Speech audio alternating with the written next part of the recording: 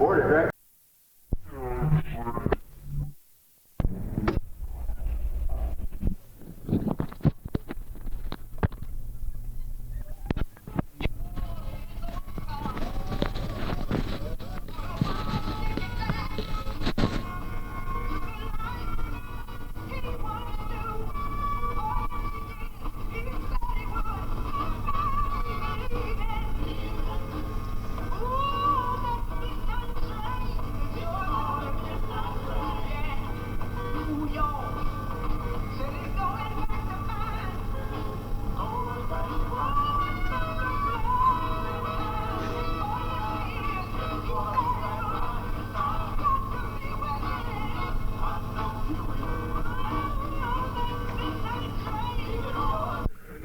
As the kind of a guy who came up with the ranch, who hasn't been a farmer, who was a farmer in crop.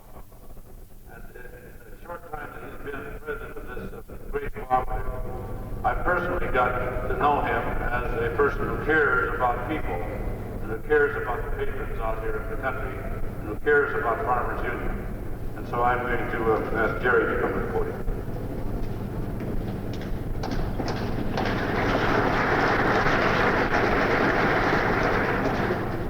Ben, thank you so much.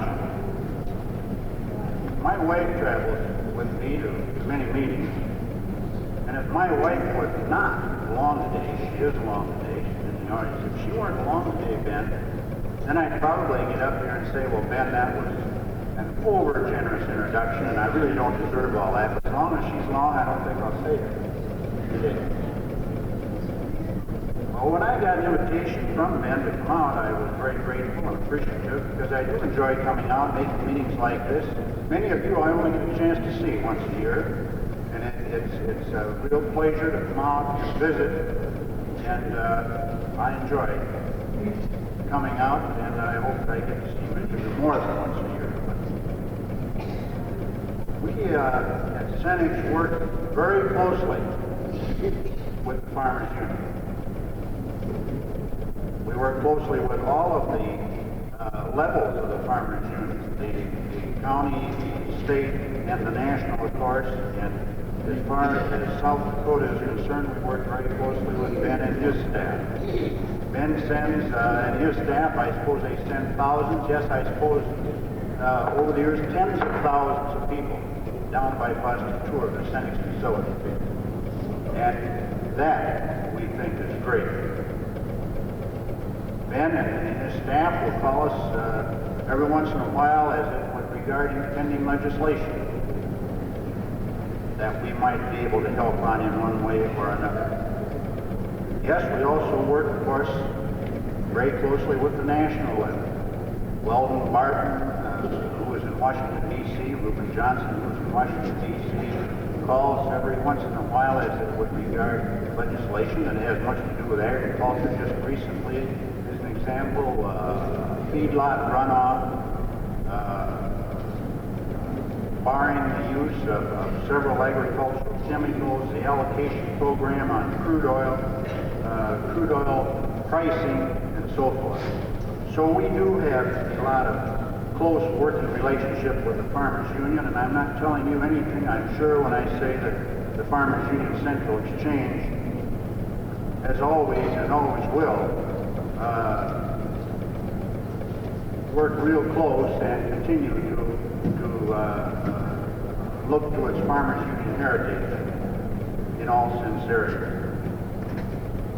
Well, at the beginning of the century, just as the Farmers Union was getting started, there really wasn't any protection for farmers, was there? But I'm truly confident that the efforts of the Farmers Union organization to protect farmers from unregulated free market has saved millions and millions of dollars, not only for Farmers Union and cooperative members, but for all agriculture. And I think that's a pretty great record that Farmers Union has built for themselves over these many, many years. I guess it's service to people that really counts, and I can say in all sincerity that that's exactly what Farmers Union stands for, as I have found, and that is service to people. Well, it's amazing how much can be accomplished by working together, isn't it? Many of you have been down to the Farmers Union Central Exchange, who we now call Cenex as a market identifier or logo. And everything down there has been built by working together, not by putting in big sums of money, large investments, coughing up out of your checking account or your pocketbook, but by working together. And you look over this group today and just think of the marketing power, just think of the power that you have by working together, and how much more we have if there were more people working together. I think it's a great experience to go to the National Farmers Union Convention and see the representatives and the delegates from 50 states, and then try to visualize or try to comprehend the tremendous power that all of those people represent if we were all working together at the same time. It's just tremendous. No other system has that great power that cooperatives do. You know, when Roy Holman was up here today talking about going to Washington, he and 100 other people, practically pleading with the United States Department of Agriculture to get another 50 cents per hundredweight for milk, it must be discouraging and it must be disappointing, as he said, to almost be disregarded by these people. I guess that Farmers Union over the years has sent hundreds and hundreds of planeloads and busloads to Washington, D.C., and believe me, ladies and gentlemen, it has done a lot of good. Secretary Butts just lately, and you probably have been reading that he has been making some comments that have been very anti-cooperative. And I hope that it doesn't result in anything that's detrimental to the crops, but we sure need to keep a close eye on it. As an example, he said that the Capra-Volstead Act probably needs to be amended because it gives unfair advantages to marketing co-ops, like GTA as an example. That cooperatives could become very dangerous if they get too large, they could be monopolistic. And that the tax laws ought to be reformed because this too can be dangerous if the cooperative is getting any larger. That's getting some pretty rough statements that Secretary Butts has been making lately. You know, I saw a caption on a cartoon a few days ago. I think maybe we'll have to organize all of us and use that caption. And it said, let's tell the Department of Agriculture to get off its butts. I think we'll all have to get together and do that. Well, during the next roughly 15 minutes that I have allotted to me, I'm going to try to capsulize for you what Cenex is doing so far as trying to control our supply market. It's pretty hard to farm if you don't have the major inputs that you need for your farming operation, and Cenex is going to make and is making every effort conceivable to see to it that in the cooperative system, that Cenex, not alone, but in working with many other regionals and interregional cooperatives, is basic and a major input so that you do have the security of knowing that you're going to get the product that you need. Petroleum, fertilizer, steel, whatever it is that you need, the major inputs, regardless of political strife, regardless of national or international markets, regardless of the uncertain economics that seem to control our markets, you would have the security of knowing that you would get your own product because you have your own plants. And I'm going to try and capsulize that in the next few minutes as to what is being done. It's extremely important that we do, as a cooperative system, control our supply market. The National Council of Farmer Cooperatives in Washington, D.C., that's made up of, I believe they have something like 50-some members across the United States, cooperatives of all kinds, REAs, cooperative finance, telephone cooperatives, regional cooperatives, and so forth, kept a tab during the extreme petroleum shortage, during that period when it was really short, of all the telephone calls that they got from farmers across the United States, and almost every telephone call was the same, that such and such a co-op in my hometown down here will not sell me petroleum. The reason that local cooperative wasn't selling that man petroleum is because they hadn't been trading there before. But the point I want to make is that any time that we get in deep trouble, it does seem that farmers look toward their cooperative because it's a farmer organization.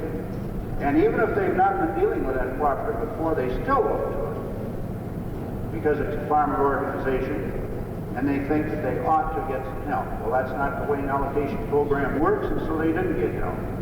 But there have been a goodly amount of farmers that have gone to local cooperatives that managers have related to us at Cenex that when supply is ample again, and particularly fertilizer, that they would like to start dealing with their local cooperative because that local cooperative was able to furnish a larger percentage of fertilizer than the non-co-op counterpart was during the shortage.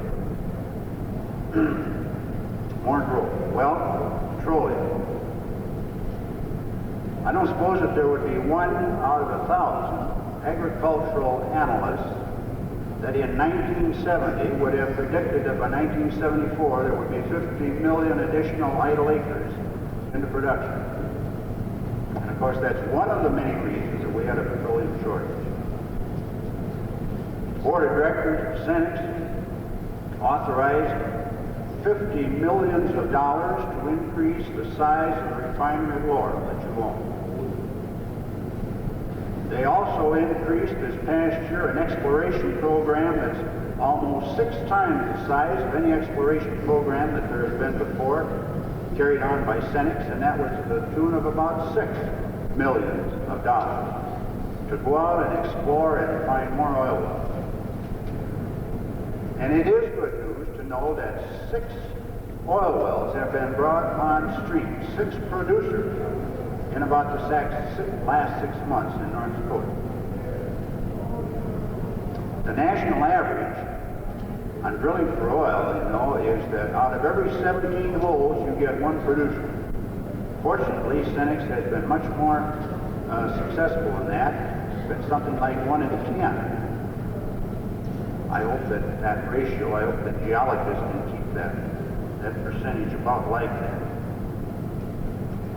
I mentioned a little while ago that the State Farmers Union organizations, I know that Ben goes to Washington periodically, and also the National Farmers Union has been helping us, or we've been helping them, I believe I should say, work on the price of crude oil, where everybody would say pay the same price for crude oil, all refineries.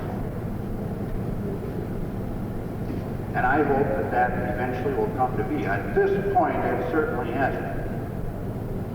You see, the large major that has all of his own oil wells is paying about $5.47 a barrel for crude oil.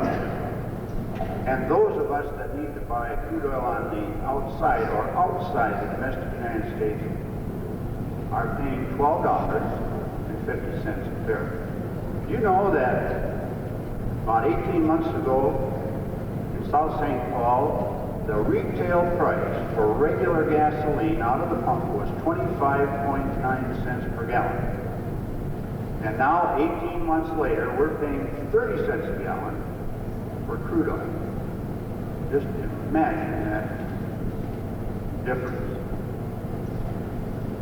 Well, it's something that we hope can be regulated very shortly. There's been a large interregional organization that's been formed. It was formed because I guess nothing points up so much during a time of acute shortage as the necessity of working together. How vital that is to work together. So during the petroleum shortage, there were 17 regional cooperatives, Cenex and 16 others, from the East Coast to the West Coast and from North to South, all across the United States, that got together and formed an organization called Interregional Energy Cooperative. The prime function of this is to explore for oil on foreign soil. Tomorrow I will be at a meeting in Chicago where these 17 regionals will get together, and each of us will have and do have approval from our respective boards of directors, so that we will be making a decision as to whether or not we do go on a $23 million exploration program in Portugal, Cairo, Egypt, and off the west coast of Africa. Now that's the first time in the history of cooperatives that a group of regional cooperatives have gotten together that a few years ago probably weren't even speaking to each other, and are working together now and investing their money together for the common cause of their owners, the cooperative system, agriculture. We hope that works. The one thing that was really gratifying, I thought, when this interregional was formed was the tremendous interest, the tremendous receptiveness so far as foreign countries are concerned. They like to work with cooperatives. They say that they have had some bad experiences over the years working for the majors. They felt they've been taken advantage of from time to time, whether they have or not. They say they have, and they want to work with cooperatives. They want to work with agricultural cooperatives. Some of them want to trade their crude for food, but by and large, they want to trade their crude for agricultural technology.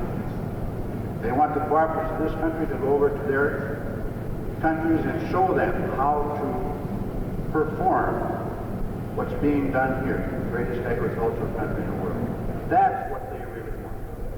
Well, eventually this could result in a giant, super-sized refinery that would serve the cooperatives.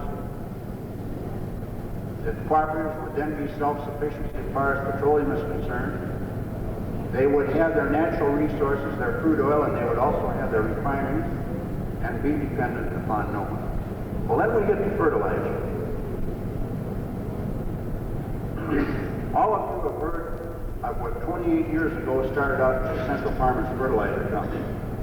Today it's called CF Industries. It's made up of 17 regional cooperatives in the United States and Canada. And it is, beyond a shadow of a doubt, the most successful cooperative story in North America. It has truly done what it started out to do. There were many days when things were pretty dark. There were times a few years ago when it appeared it might go through bankruptcy. Didn't know they could get any more money. Some of the members started leaving. But today, it has achieved what it started out to do. A tremendous story. Here is one area where you do own a good share of the facilities. You own all the facilities for a good share of the product that you need, the fertilizer that you need. There's a lot more, however, to be done. The objective of CF Industries, again, is to have enough facilities, processing and manufacturing facilities, own their own natural resources. So here again, that the cooperative system, you as cooperative owners and members, do not have to rely on anybody else for your fertilizer, and will get all that you need. The 5-year forecast for CF Industries and capital expenditures to meet this objective is $1 billion. That, I would guess, is a new high in cooperative business, $1 billion. At the June board meeting, capital expenditures were approved to the tune of $438 million. And at the last board meeting, and they're held quarterly, we approved an expenditure of $20 million, which used to sound like awfully big money, but anymore it doesn't sound so big. And that $20 million was for an ocean-going barge that would bring fertilizer from Tampa, Florida to New Orleans, and there it's put on river barges and brought up here so that we can use it. And if we didn't have that one vital link in our transportation system, even though it costs a lot of money, we could have all kinds of fertilizer in Florida that we would not get here. So it is important. It's another link, another area to further control our supply markets. You have heard several occasions Project Independence as far as the United States is concerned. The same thing needs to be true for cooperatives, self-sufficiency so far as your input system for your farm.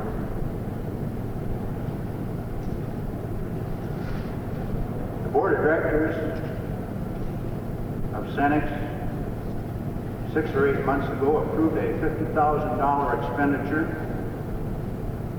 to invest in a small steel mill out in Colorado.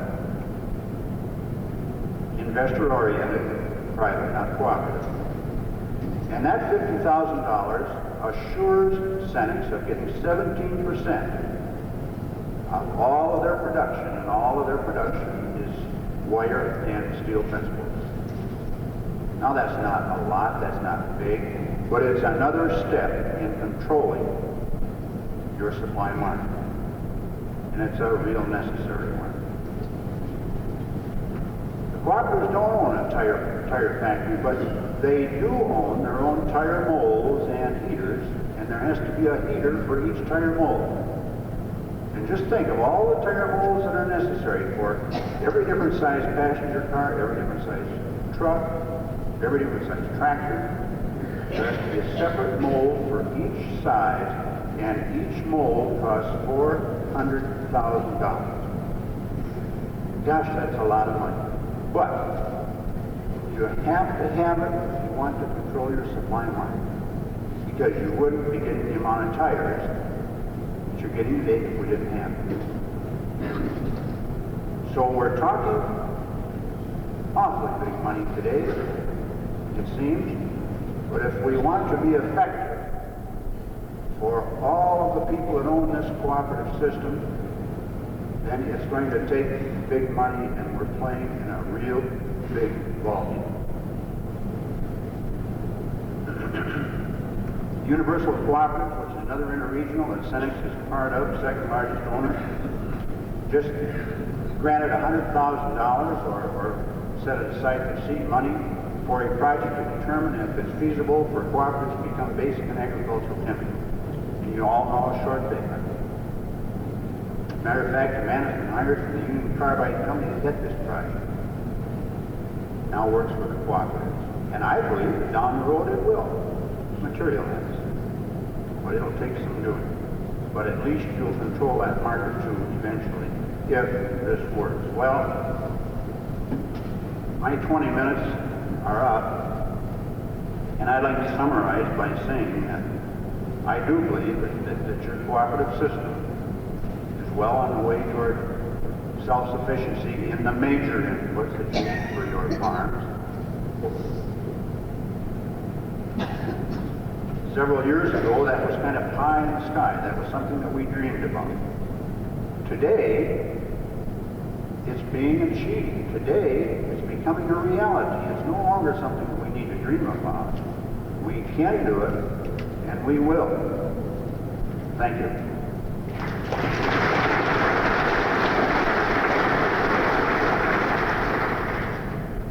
Thank you, Jerry Tvedt from Cenex. Now the next speaker we'll hear from is Lowell Hargens. Lowell Hargens is Assistant General Manager of Farmers Union Grain Terminal Association. He has been with the GTA for 34 years. During that time, he has become a widely known co-op official. A native of our neighboring state of Montana, Lowell was reared in Montana, attended college there, and began his GTA career there, starting as an accountant in the Great Falls office. He served in the military during World War II, and after military service returned to the Great Falls office. In 1955, he was transferred to the St. Paul headquarters, where he worked as an auditor. In 1961, he was named head of GTA's line elevator division, a post he has held until 1968, when he was named as assistant general manager. Before I call on Lowell to come up here, then I would like to introduce the directors from GTA who are in the audience. And Norman Olson and Phil Testerman are our two GTA directors. So those gentlemen in the audience. Well, they were. Oh, there's Norman. Is Phil here? Well, Phil is also a candidate for the legislature. He may have some campaigning to do. And we want him to win that one. So if he's not here right now, we're going to excuse him. Also in the audience is Emil Lorenz, a longtime past director of GTA. Emil, will you stand?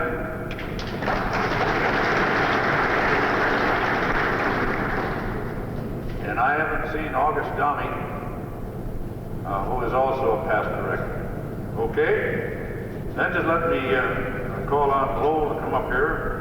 Lowell is sort of pinch hitting for Barney, who at first had said he would come in because of a family affair, family event of some kind. He called me and was very apologetic and said that he couldn't come, and I said, well, we'll let you off this time. But Lowell's going to do a great job in pinch hitting for him. Okay, Lowell?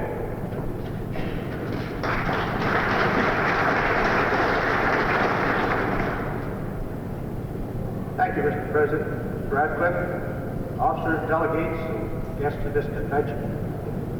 I, too, am happy to have a chance to come out on Mr. Molesky's behalf. Ben said something about a family affair, some kind of engagement. It so happens, you know, that when some of the young people decide that they're entering into the sea of matrimony and wish to become married, there isn't too much you can do about changing the dates on some of those. Barney had a niece who was going to be married, one that was very close to their family, and so he felt it was his obligation to be at her wedding. And he said to express his sorrow that he couldn't be with you, but he's been with you a number of years, and he hopes that he'll be able to be back again next year. And of course, it was my pleasure and my happy opportunity to take his part in this program. I might just say, I would like to just take a minute here, though, and say that we have quite a number of GTA employees in the audience, those of area offices, auditors. I have with me the Director of Public Relations from St. Paul, Dick Johansson. I'd like to have all those employees please stand.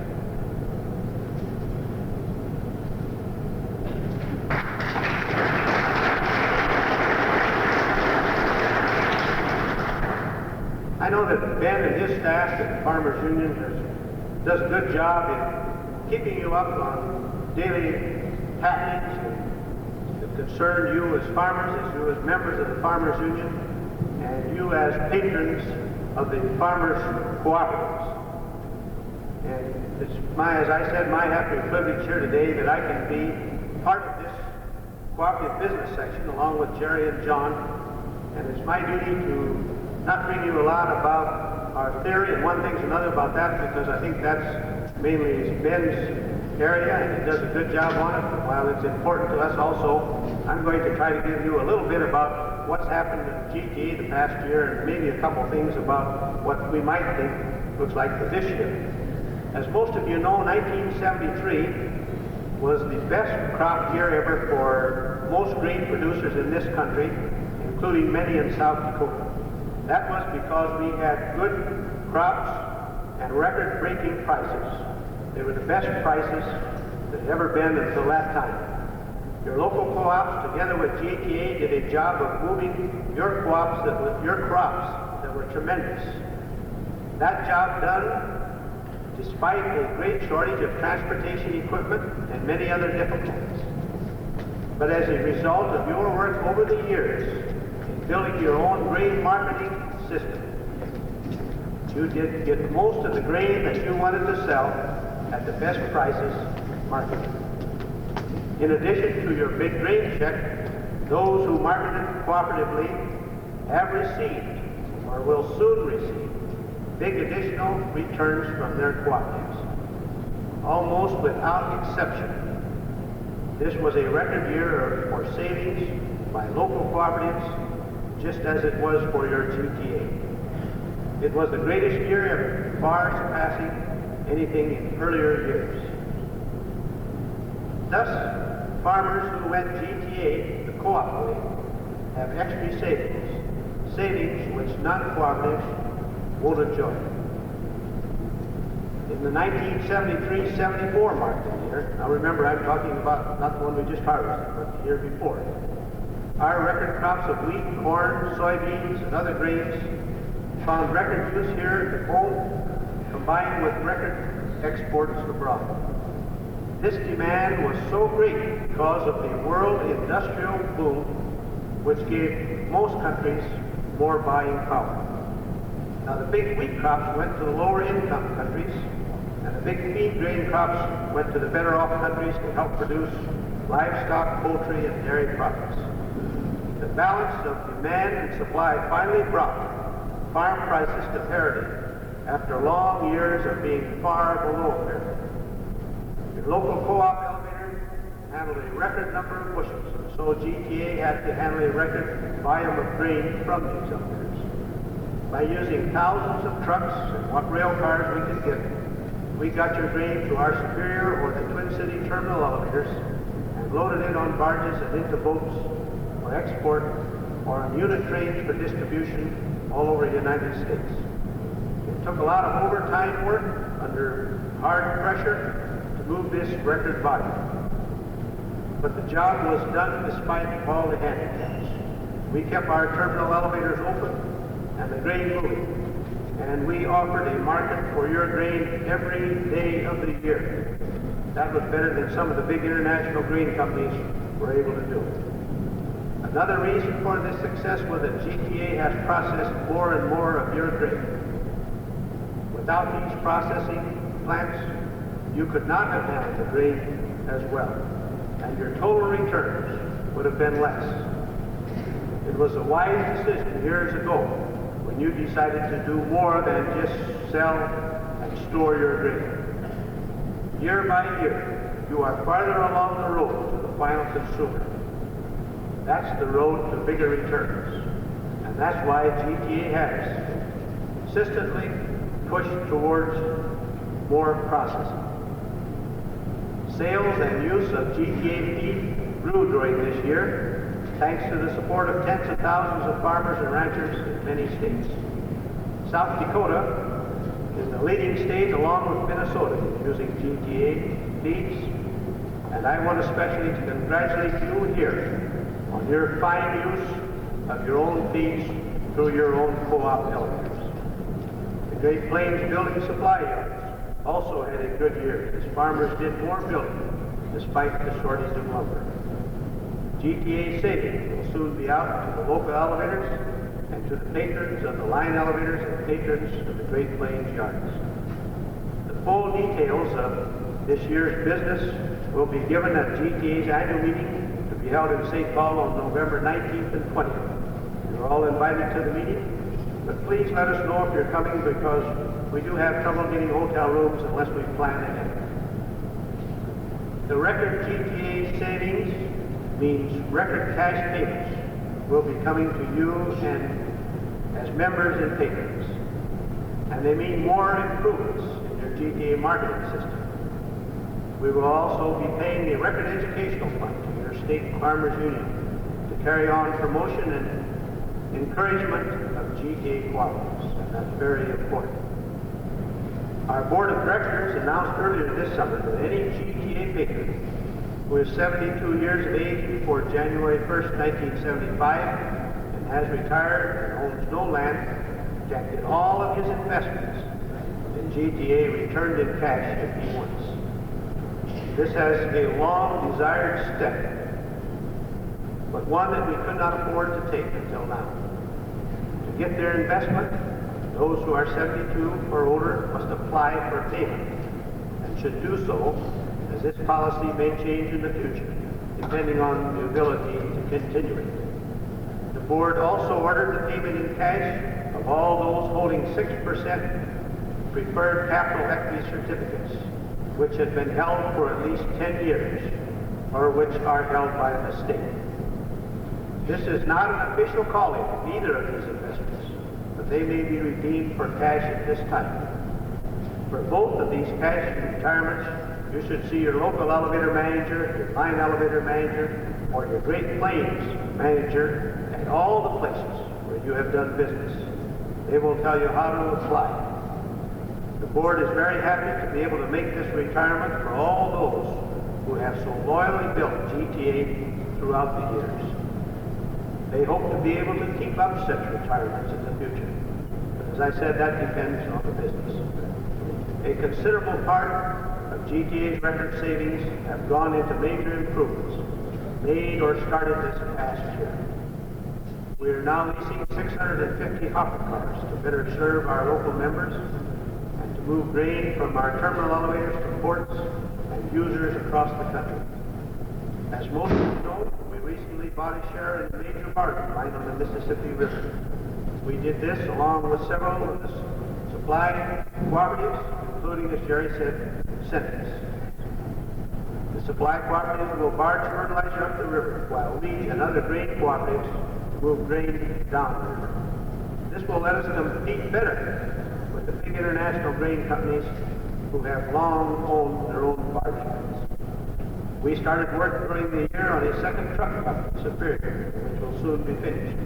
This will give us faster service at the head of the lakes for truckers who haul grain from local elevators to GTA. During the year, we have rebuilt several lumber yards to improve them and bring them up to date. We opened a new feed mill in Wilbur, Minnesota, to replace the old feed mill that burnt down in Montevideo. The improvements were also made in the research farm, and other feed services were expanded.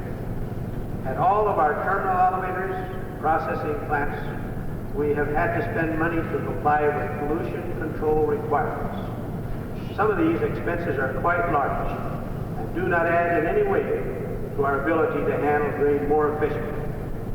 If anything, these requirements reduce efficiency and just add to the business costs. We have been modernizing our soybean process plant at Mankato and expanding it. We are also going to add to the malting capacity at the Winona plant. I would say one of the most significant moves that we have made during the past year was to concentrate our field staff into 12 area offices to give the maximum service to local and line elevators.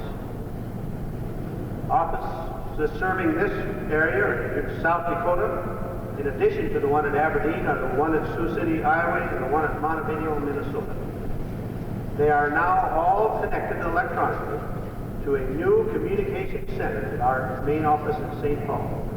Now it is possible for all the details of a minute-to-minute sales contract to be transmitted instantly back and forth between the area office and St. Paul. Other business information can also be sent over this network to all offices at the same time or to any combination of them. These offices also get the latest market information over high-speed national grain news service. And then by phone, these offices can keep local and line managers advised on the markets on a minute-to-minute basis.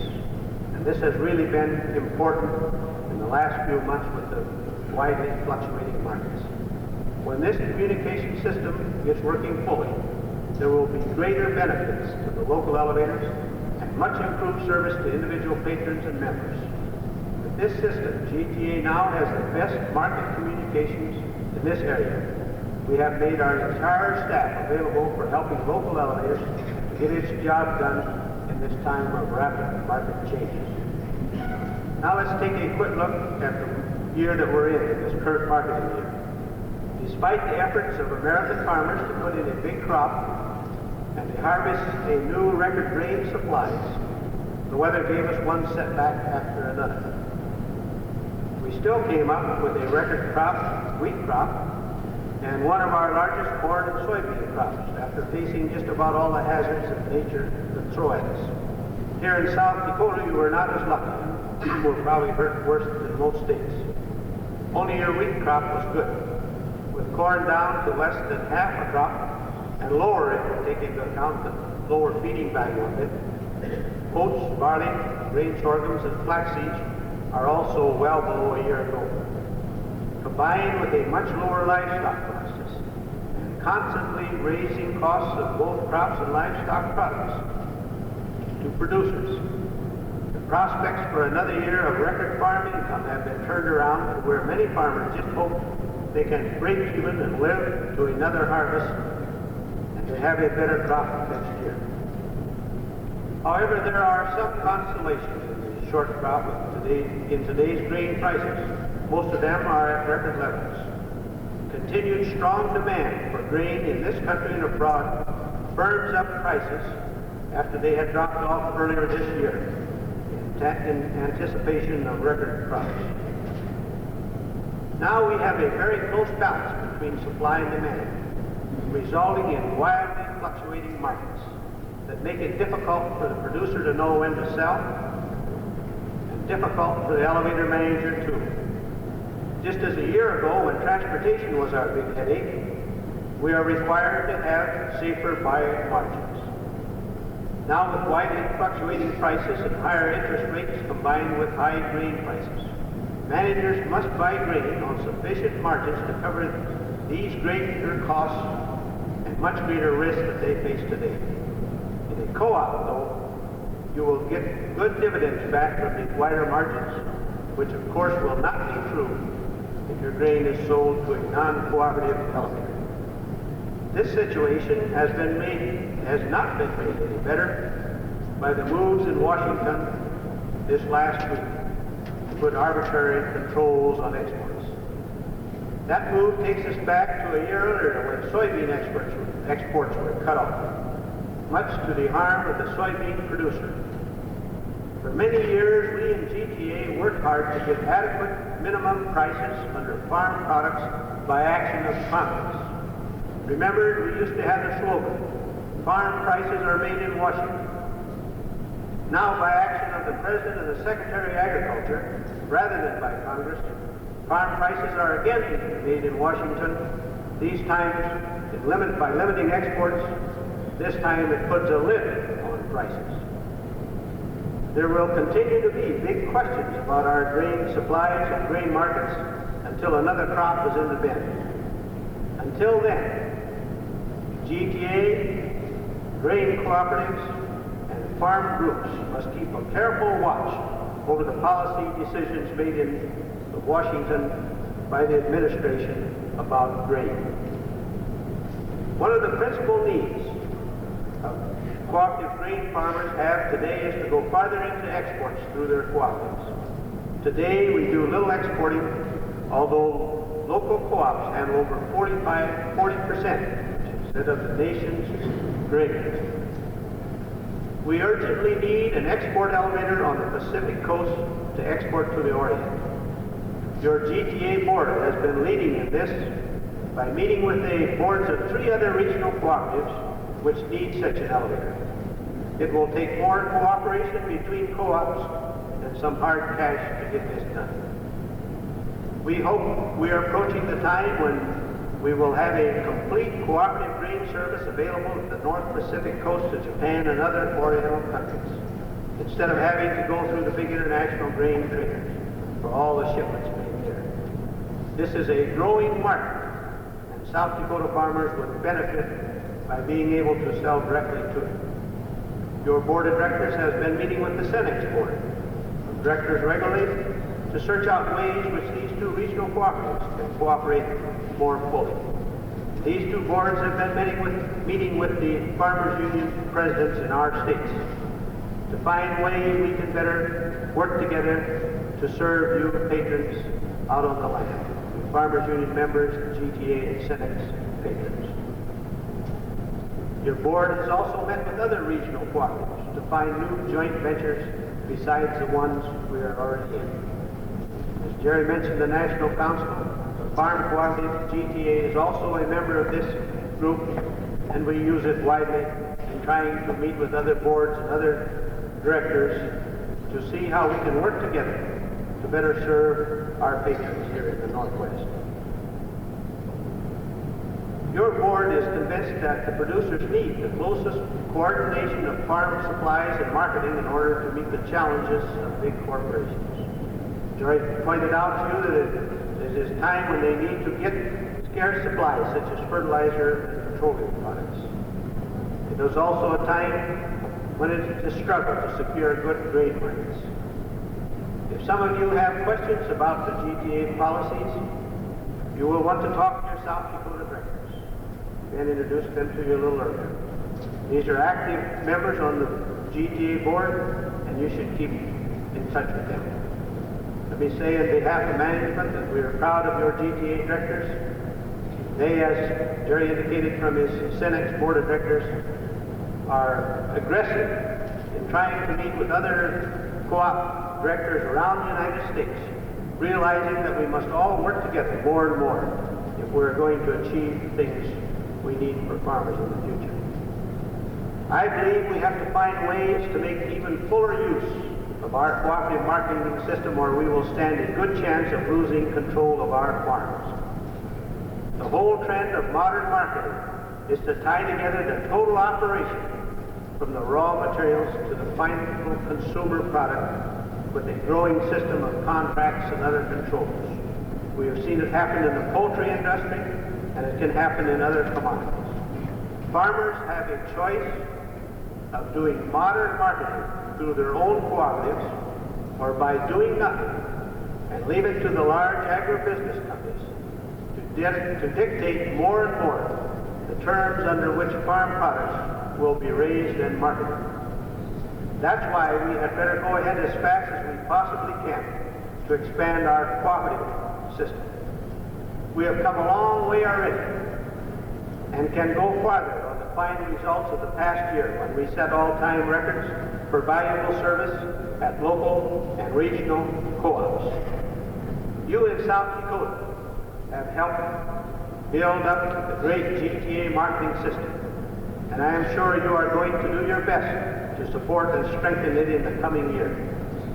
It will take our best effort to prepare for the kind of world in which we live today. It's a world full of explosive issues, unforeseen dangers, as well as great opportunities for those who are properly prepared to take advantage of them. Let us be among those who are prepared for the kind of world in which farmers can make a great contribution if they are just well enough organized. Then on behalf of GTA, I would like to thank you and your staff on the fine cooperation we've had in this year and past years, and we know that we need to work together. And I can't think of any better place than, as I just said, for people in the farm to be organized and through the South Dakota Farmers Union and through the farmers' cooperatives. Thank you.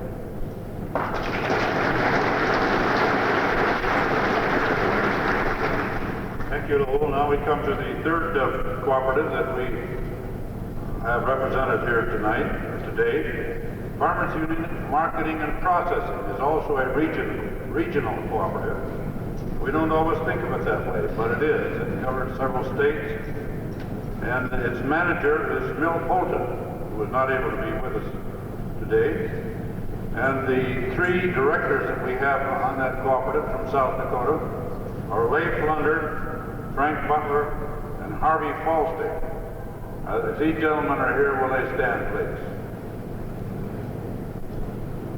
There's Leigh Flunder, and there's Harvey Falstad. Is Frank here? Anyhow, those are the three. Let's give them a hand. I expect the next presentation is going to be a little different because I know John McMurray, and he's a cattle buyer, and he knows his business, and you're going to be interested in what he has to say. I have an introduction here on him, but he's a guy that you'll really be interested in hearing. John McMurray is a well-known livestock marketing specialist who recently returned to South Dakota to direct marketing of livestock for the Commodity Trading Company, a subsidiary of Farmers Union Marketing Association. John has a wealth of experience in the livestock industry, dating back nearly 25 years. He was previously manager of the Farmers Union branch at the Sioux Falls Livestock Yard. You remember the Farmers Union Livestock Commission firm we had in Sioux Falls? John was the manager of that commission firm at one time. For several years, he managed an Argentina ranch in South America and served as head cattle buyer at the Sioux Falls Stockyards for a major U.S. meat packer. Until recently, he worked as a GTA field consultant for northern Montana and Canada. And now he's working for Farmers Union Marketing and Processing. And with that introduction, I'll just bring John up here and get acquainted with him. John?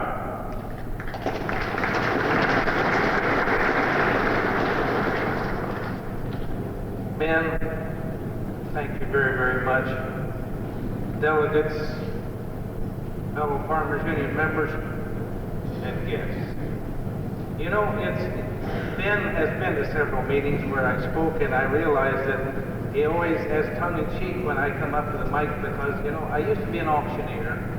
And if you take a man who once was an auctioneer, a farm boy, born and raised on a farm in Illinois, and you put these things together along with the cattle buyer, you really don't know what that son of a gun's going to say once he gets up there. And so I'm sure that Ben he's just sitting there kind of shaking in his boots. I wonder what John's going to let loose of now. And all I can say is this: I am here to report upon your company, and for the fiscal year ending June the 30th, 1974, your Farmers Union Marketing and Processing Association again reported record earnings. Net before tax margins were $3,135,000. These results reflect the unusual high level of prices for commodities that began to develop nearly 2 years ago. The net income before taxes in the Central Byproduct Division is $3,066,000, accounting for the major part of the total. And the net income from the Marketing Division was $69,630. Educational funds paid to the Farmers Union State Organization totaled $159,000, of which South Dakota received $13,615 of this amount, which largely reflects the earnings from the rendering plant located at Tvedt. Farmers Union Marketing and Processing Association expanded its livestock marketing operation to include order buying and direct marketing. And yours truly was employed by the Commodity Trading Company, which is a subsidiary of the parent company. And my job is to work for you the best of my ability for the betterment of your life and your livelihood. And what do I actually do? I'll tell you what. It is my belief that this great state of South Dakota and the members of the Farmers Union family in South Dakota, as well as North Dakota, Montana, and Minnesota, need some place to turn to, someone to give them what I consider the best advice that I can come forth with after talking all over the United States many times during the week. What is actually happening and what is the future in the livestock industry for you. And so this is a service which is brought to you. It is new. We started in March, and it will certainly depend upon you and your use of this service, whether it will succeed or fail. And certainly we think only of success, because they told me once what success was. And success is the following: using one's abilities and his talents to the best of his ability for the betterment of mankind. And if you do that, you will be successful. The order buying portion of this operation is strictly, as I would say, one of the nicest services that's ever been offered in the state of South Dakota. I myself buy all of the cattle that the Commodity Trading Company places. I personally buy the cattle, and I represent the cattle exactly and honestly as the cattle were bought, and for this the company receives a commission. Plain and simple. There's no hanky-panky, there's no funny business. It's an honest, clean-cut operation, and it's founded on the basic rule of the golden rule. And this is how we're going to try to operate this operation, as close to the golden rule as it all is possible. Now, a little bit of my background, which Ben brought out, and now we're getting to the story time. Ben is going to be, and this is the part he's starting to worry about. But anyway, I was born and raised in Illinois, and on a farm. was a Duroc hog and a Hereford cow that afforded me the opportunity to go to school at Iowa State University, and there I majored in stupidity, and I was a valedictorian of that class. Because all that they ever taught me how to do was produce. And no one ever told me how to market it after I got it produced. Now you know what I'm talking about if you're a farmer, because we've all been caught in that situation. And then from there I went to work with a major factory at Alberley, Minnesota, and from there to South America, where I managed cattle ranches, returned to Sioux Falls as their head buyer, then became the manager and fat cattle salesman at the Farmers Union Marketing in Sioux Falls, was hired away and went to South St. Paul, and from there I came back into the Farmers Union family and went with the Grain Terminal Association in Havre, Montana, and there I worked on the High Line of Montana, got to understand the Western ranchers' problems and also the Southern Alberta cattle feeders' problems. And then last February, returned with the Farmers Union Marketing to set up this new service, which is being offered to everyone in the United States. And certainly we believe that we have a situation developing now in the livestock business, which it behooves us all to help, to move the livestock from the Farmers Union members' ranch, from the Farmers Union members' feedlot, into the best possible hands available. And now all I can say about people who, and I say this to you, the grain farmer, if you do not feed livestock, find somebody that does and kiss that man, because I'm going to tell you something, if no one feeds this livestock, there's not really going to be a great demand for your grain, especially your corn. And you know, we do have problems now. Our orders have completely changed. A year ago at this time, they were asking for exotics, long, stretchy cattle, big bone cattle that would grow up to heavy weights. Now that order's completely turned around. We want shorthorn cross cattle. Lloyd Larson, your cattle are coming back in style.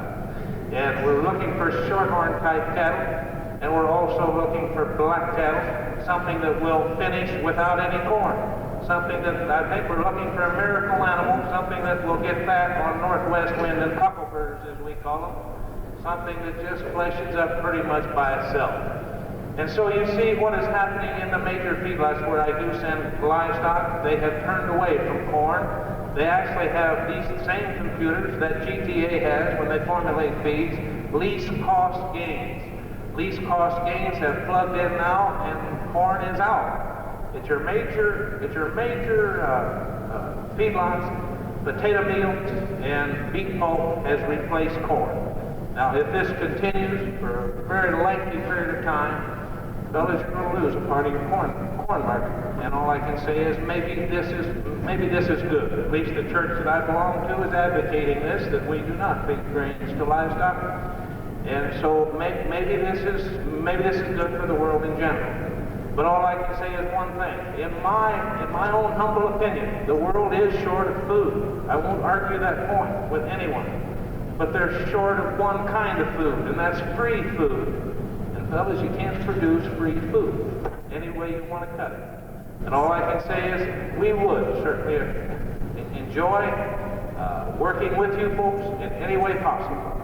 And if any time that I or anyone with the Farmers Union Marketing can be of service, please feel free to call upon us. And we certainly would appreciate your support, because the success is great, and a great, great part of our success will depend on you and people you know. Thank you so much.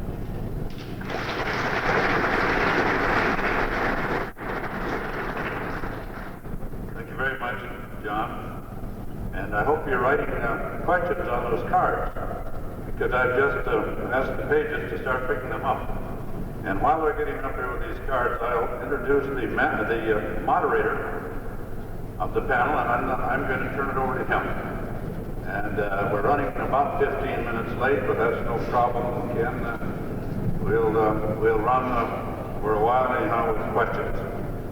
Ken Stilson, who is the manager of the Farmers Union Oil Company of Britain, manages one of the best and most progressive cooperatives in South Dakota, local cooperatives. And if you don't think so, turn to that near back page where it lists educational funds paid. And you find that Kenny Stilson's co-op paid the largest amount in educational funds of any cooperative. Kenny Stilson's cooperative checks dues. Nearly all the members in Marshall County are checked from that cooperative, in addition to paying that kind of educational funds. And I submit to you that that's good business for a cooperative, to check dues and pay educational funds. If you don't believe it, talk to Kenny. He's built the co-op on that basis, and we're proud of that co-op and Kenny Stilson as the manager. Also, Ken Stilson is the president of the Cenex Managers Association, the South Dakota Cenex Managers Association. They met here last week, and Kenny is the president of that association, so you see he's well respected by his peers. He has a wife and 4 children, and we just, he's been manager up there for 11 years, and before that he worked for the company, and he grew into the manager's job. Ken Stilson, manager of Farmers Union Oil Company, Britain.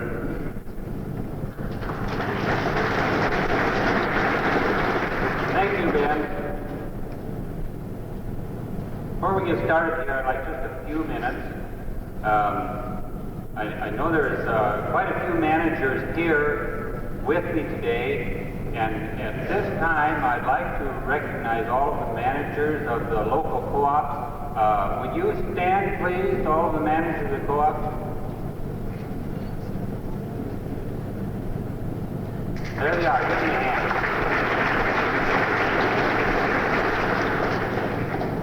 Also here today, I see there are quite a group of Cenex field reps. These people are very important to all of us as managers. They're the ones that, when we get into problems, they're the ones we call. They're the ones that we depend on to have the answers or get the answers for us. Would all the Cenex field reps please stand?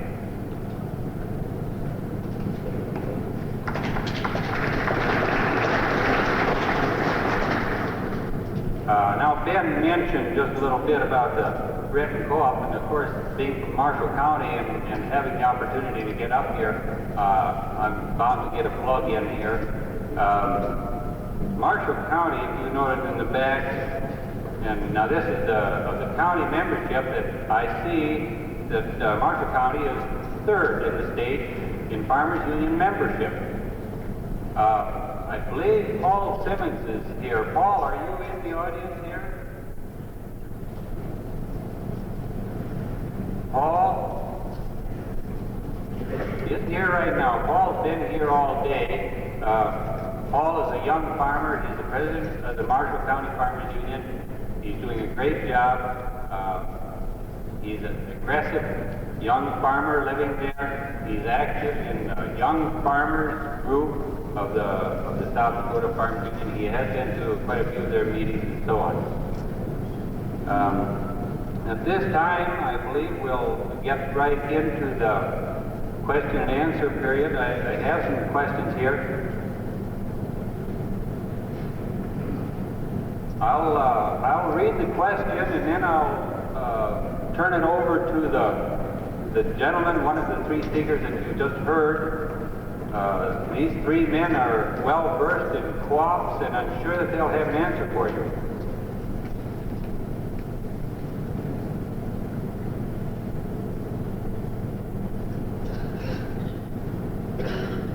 Well, I have one just came up here. I think I'll start with that. This is for Mr. McMurray.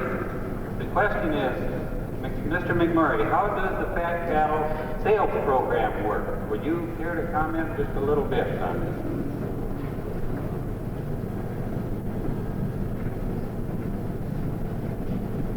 Well, just on the top of my head, I'll just have to say this: the fat cattle sales program in the United States isn't working worth a diddly at the present time. If you're talking about the Farmers Union marketing facilities at Fargo and at South St. Paul, I think that we're doing as well as anyone else is as far as getting the most for the livestock that is available for sale. I also happen to have a question handed to me here, and it says here, what is your outlook for the cattlemen in the next year or two? Well, you tell me what the outlook is for the grain man the next year or two, and I'll tell you what the cattleman's outlook is. I can just say this, we have quite a problem. If you be honest with yourself, the planting time, when we went back to the corn planter, if you remember at that time, Secretary of Agriculture Bus was shooting for $1.70 corn, and Mother Nature didn't cooperate with him at all. And by golly, we kind of jumped that. And so all I can say is I have a personal opinion that if this corn gets much higher, if this cattle on feed report gets much lower, that we might see some action taken by politicians, certainly, to try to bolster up the cattle industry. And there again, folks, I don't mean to stand in front of you people and tell you the plight of the cattleman.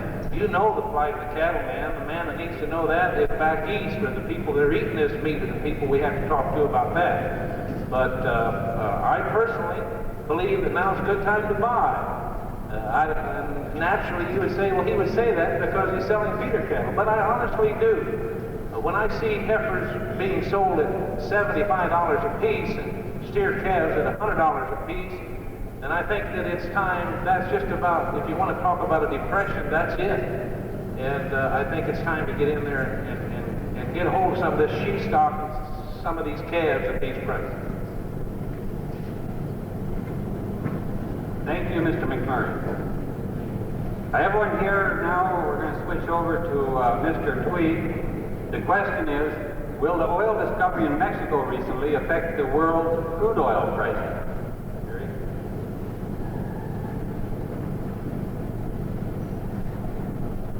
No, it's not, and this is strictly conjecture, of course, but Mexico has had very little of their own oil.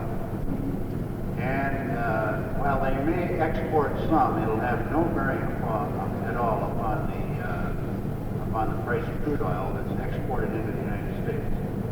As a matter of fact, most economists feel, and most people that are knowledgeable in the oil industry feel that there will not be any change in crude prices that come into this country for many years. They don't believe that they'll go up to speak of, but certainly they'll not come down.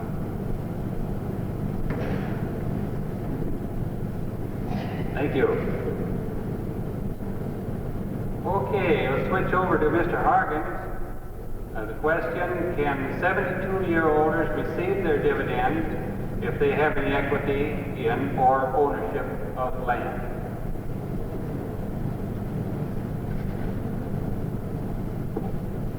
No, they cannot receive their equity if they have any ownership or equity in land.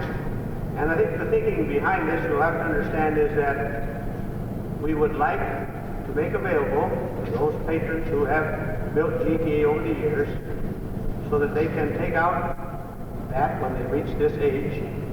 But we feel that if you allow those who still have an equity in land so that they are still having some crops available to put onto the market, they will continue to earn some dividends both through their local elevators and through GTA when it's line elevator or local elevator.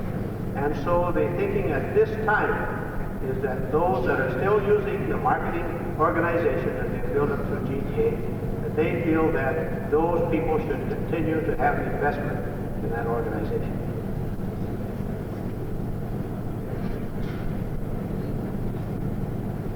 Thank you. Next question here, it could be either through GTA or the Cenex personnel, but I think I have Mr. Tvedt answer on this one.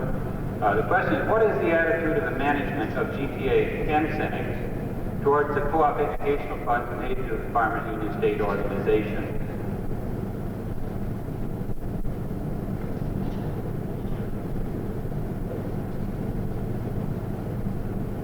Well, the question is, what is the attitude of management?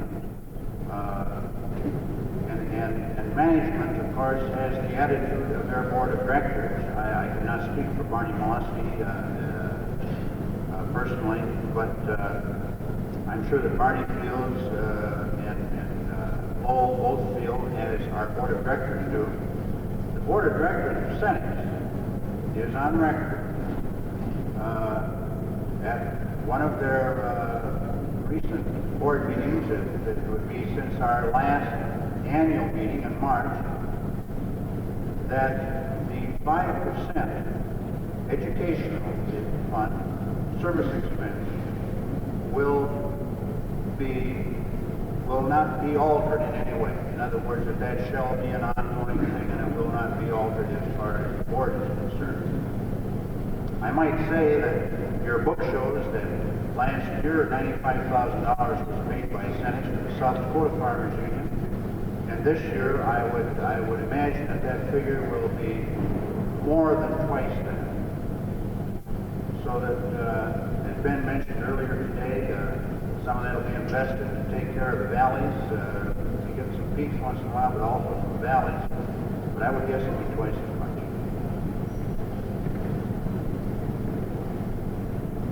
Thank you. Boy, the questions are coming in. This is good. We have a question from Mr. McMurray.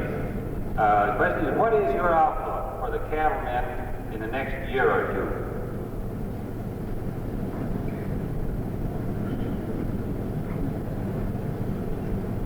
Question is I think we're repeating ourselves.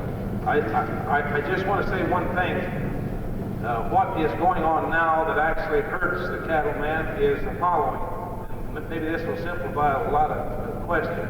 At the present time, we're slaughtering the young calves off of the southeast, off of the south, Texas, Louisiana, all of those light calves, a lot of them are finding their way only to slaughterhouses. Previous years, we had a group of people down south that were backgrounders. They bought these light calves and then they raised them up to 700 pounds and then they sold them to the larger feedlots, and the larger feedlots took them from there on to finish.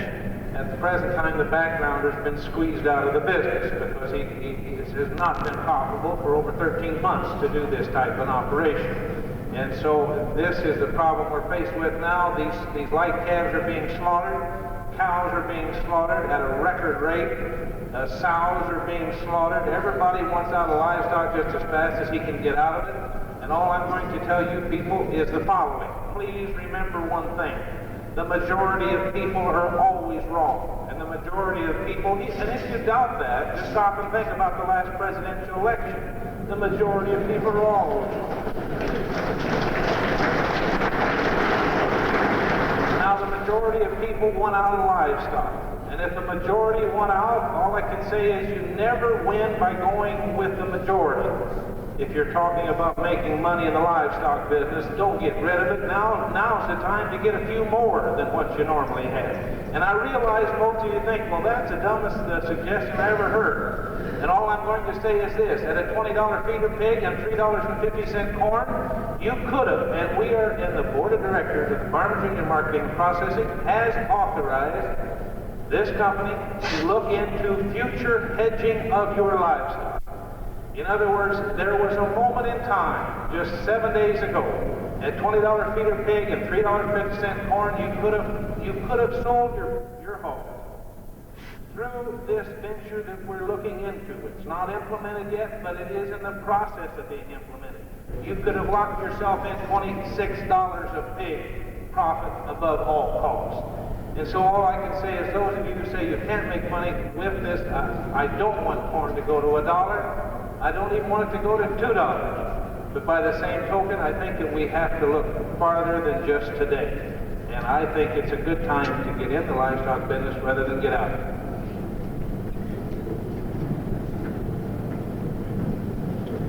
Thank you. Got a 3-point question here next for Mr. Hargens. I'll read all 3 parts and then I'll let him talk on them as he comes to them. First part is, Bill Thatcher is still around. What will the grain price be in the near future? And he's going to have a little trouble with that, I'm afraid. What is wheat worth now?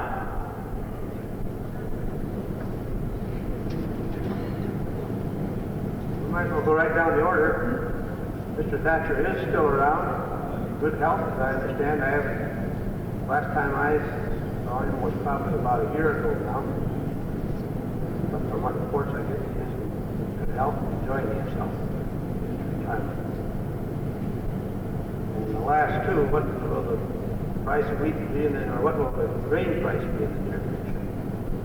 This kid said I got a lot of problems with that one. You probably have a lot better judge than I do.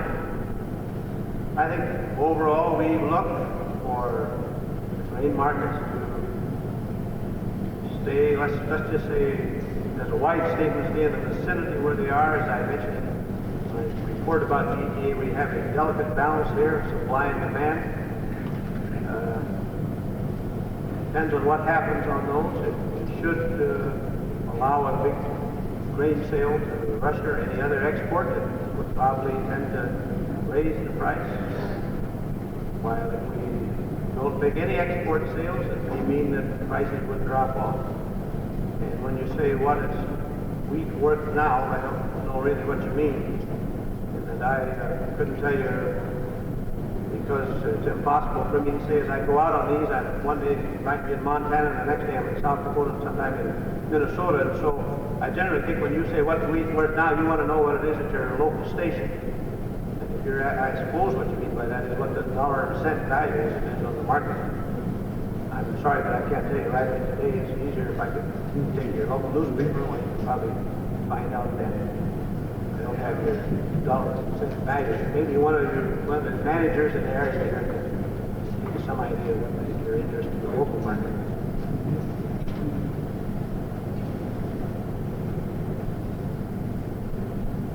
Thank you.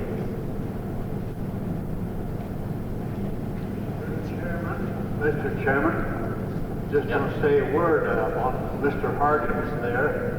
When Secretary Bush or President Ford declared an embargo on wheat, we all knew it was going to drop. I wired in and sold my wheat crop right away at $5.12. Next day it was $4.60, I believe.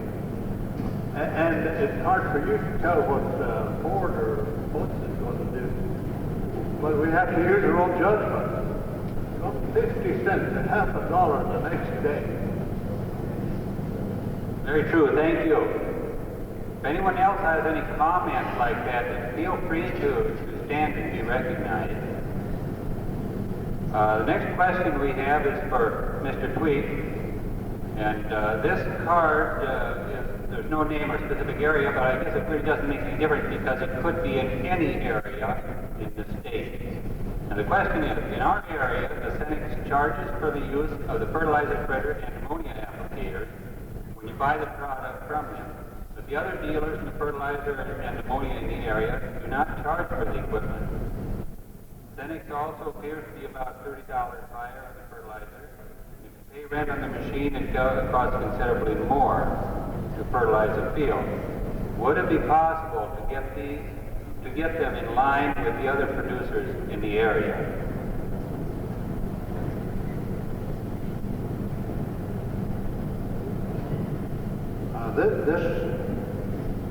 These are charges that are made by local cooperatives that, of course, are governed locally. And Cenex in St. Paul has no authority or jurisdiction as to what is charged at the local level.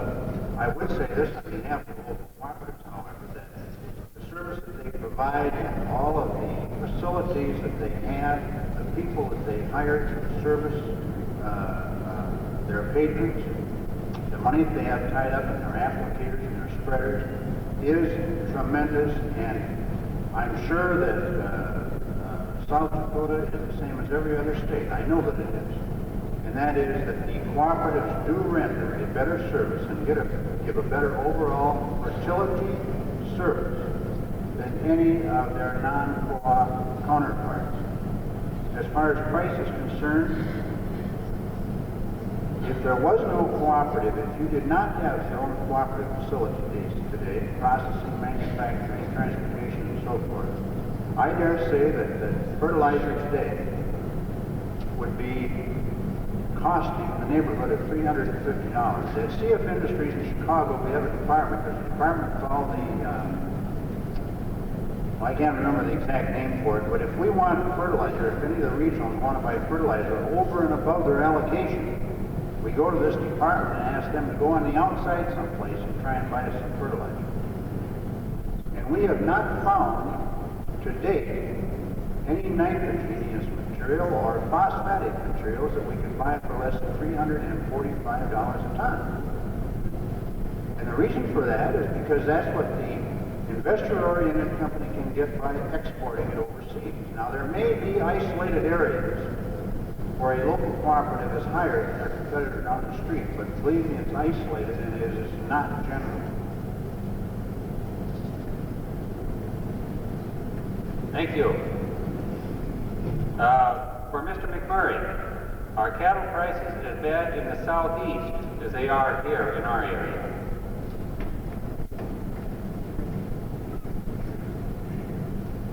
Just going to say one thing. You don't have to just say the southeast.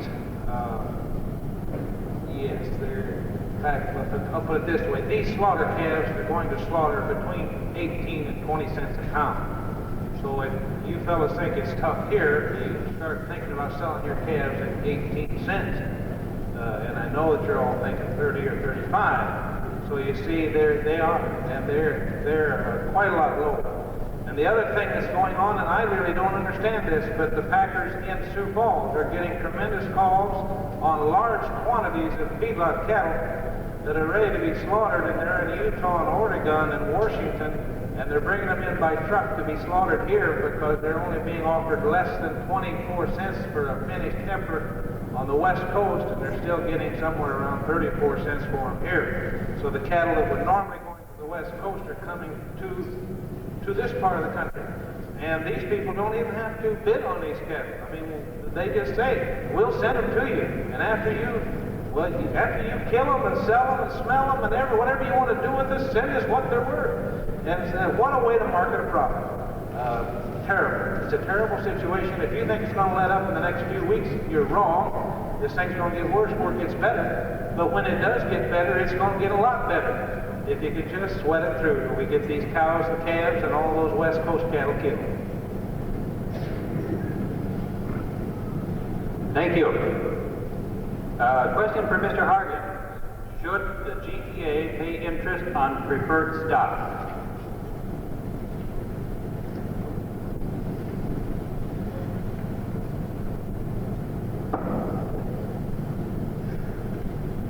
Should GTA pay interest on preferred stock? GTA as such has no preferred stock outstanding except our 6% probably,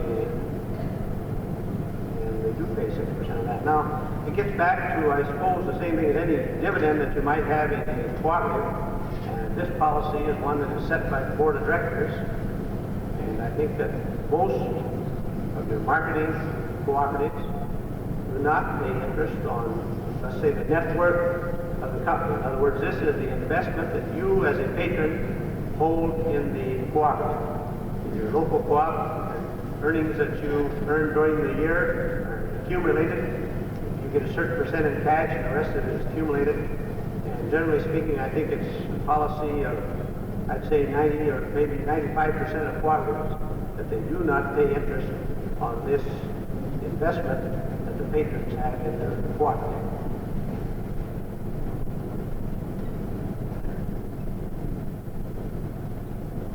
Thank you. We're going to run a little bit over. Ben, are you here? Ben, how long do you want the question and answer period one? I know we're not going to get through all of the questions here. Okay, fine. I'll go over a few more. Question for Jerry Tvedt. There's two of them here. I'm going to run them together. They're kind of similar.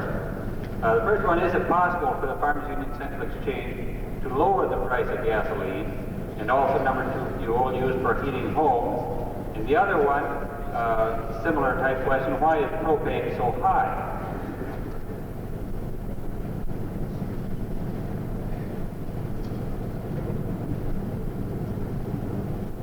Yes, it is possible to lower the price of gasoline and diesel. The objective, folks, however, is to be as competitive as possible and then come up with the earnings from that so that, as I mentioned before, that we can spend another $50 million on increasing refinery capacity at Laurel so that we can spend X many millions of dollars on exploration, so that you will end up with the natural resources and the facilities you need to come up with your own gasoline and oil. And of course, just let me say that today, earlier this afternoon, I emphasized and re-emphasized the need to be basic, the need to have your own resources, the need to have your own facilities, so that you have the security of getting the product. And I believe that's number one. But number two is the tremendous savings that you will ultimately realize from having all of these facilities. Now, it takes some dollars to get them, but once you get them and have them amortized, the tremendous savings over and above what you have experienced in the past that you will get. So that, as the old saying goes, that everything that's paid over and above the cost of doing business does come back in the form of dividends. And why is propane so high? Because of the supply and demand situation. Now, I know there are some soft spots in propane. I expect that they're going to firm up in a hurry with the early frost and once we get into the drying season. And if the cold winter is coming, as predicted, then they will firm up. Now, very honestly, Cenex is not always competitive on propane. We have 25 million gallons of propane at the present time, left over from last year, that sit in salt caverns down in Kansas. That's where it's stored. That's the way propane is stored. That we'll be selling for less than we paid for it. Well, that's because it was bought during the high market last year when we bought enough so that we thought we would be able to take care of everybody. Well, that didn't materialize. Didn't need as much. So it's a little bit soft. We buy most of our propane from Canada, and believe me, they do not compete with the American market. We have to buy from Canada if we're going to have enough to serve the local cooperatives and in turn their basic use. But I do believe that propane will probably be coming up a little bit more in the near future. Thank you. I have one more here I'm going to run through before we quit. For Mr. Hargens, the question is South Dakota wheat growers a member of GPA? Yes, South Dakota wheat growers are a member of GPA, and we enjoy big business from them. They market the majority of their grain through us. I think I just talked to Mr. Wiley here a minute ago, and I think he's the man in charge of the Aberdeen office, and I think he said at this time he's getting 90% of the grain that they market. Thank you, Mr. Hargens. At this time, we have, there are 6 or 8 questions left, Ken. I know these 3 gentlemen will all be around here after a little bit, so if any of you have individual questions that didn't get answered, I'm sure that they would be more than happy to visit with you about them after the meeting here this afternoon. At this time, I'll turn the program back to Mr. Radcliffe.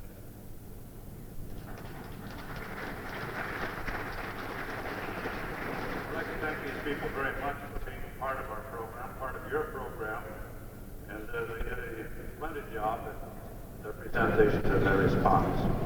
Okay, now we're going to, I have 2 or 3 politicians I want to introduce, so those of you who may want to see who's here, I think a young lady by the name of Joyce Hazelton, who is a Republican candidate for Secretary of State, is here. Joyce, are you still here? Where? Stand up. Oh, there she is in the back. Blonde back there, Joyce Hazelton. And is Norma Klinkle here? Okay, here's Norma. Keep standing, Norma. Norma is running for a Public Utility Commission for the state of South Dakota. A very, very important office as far as farmers are concerned, Norma Klinkle. And then we have a candidate from Clark, from District 7, Mary M-A-K-E-N-S. Makins? Well, where are you, Mary? There she is, running for the legislature from District 7. That's part of Clark, Kingsbury, and that region.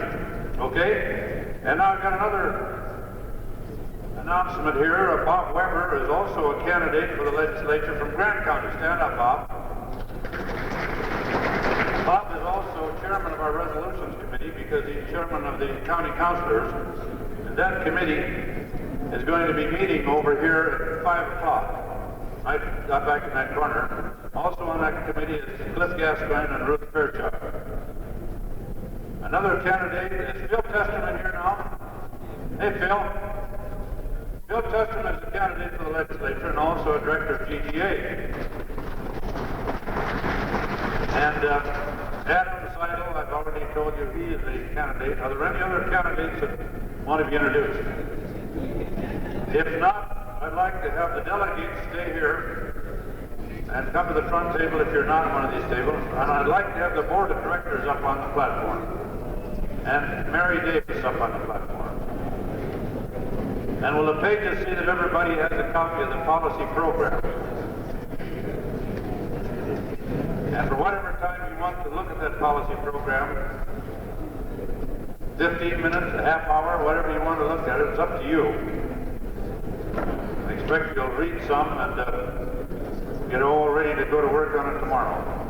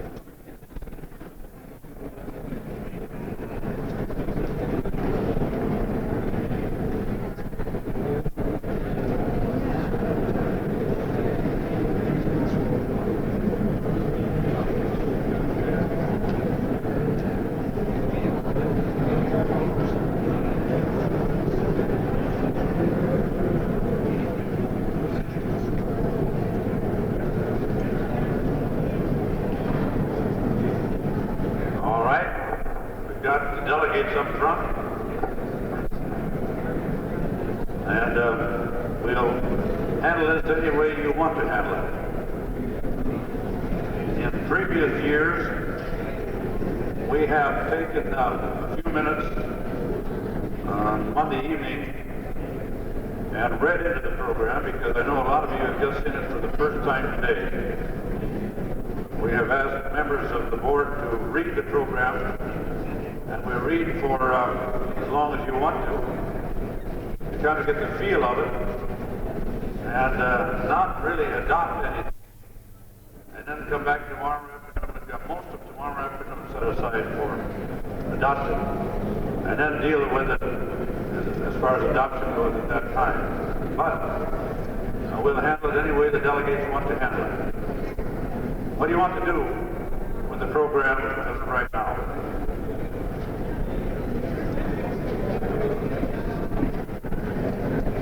Okay, suggestion has been made. I guess it's a motion that we proceed to read it, get familiar with it, and then adopt it tomorrow, right? Okay, Jim Stormo has seconded that motion. Any further discussion? If not, all those in favor indicate by saying aye. Opposed, no. That's the way we'll do it then. And I think I'll just call on Lowell Hargens to come up here and start reading this program. And do you want to set a time? If you want to quit, how about 5:30? Okay?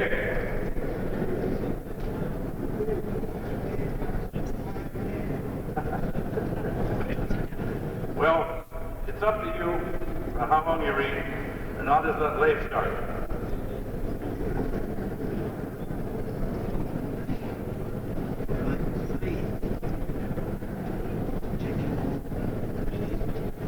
Begin on the first page, and begin with national affairs. 8. Need to preserve the family farm. We consider the family-type farm to be the keystone around which our highly successful agricultural system has developed. We believe further that the best interest and welfare of the nation is inherent in the preservation of a family farm pattern of agriculture. A family farm is an agricultural production unit which can be efficiently operated by a full-time farmer and his family that provides most of its own labor and derives most of their income from the farm.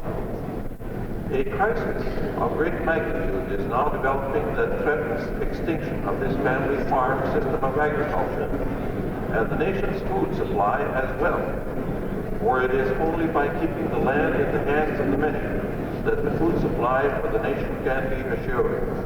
Corporate control of American food production is inevitable unless we can reverse the present trend. B.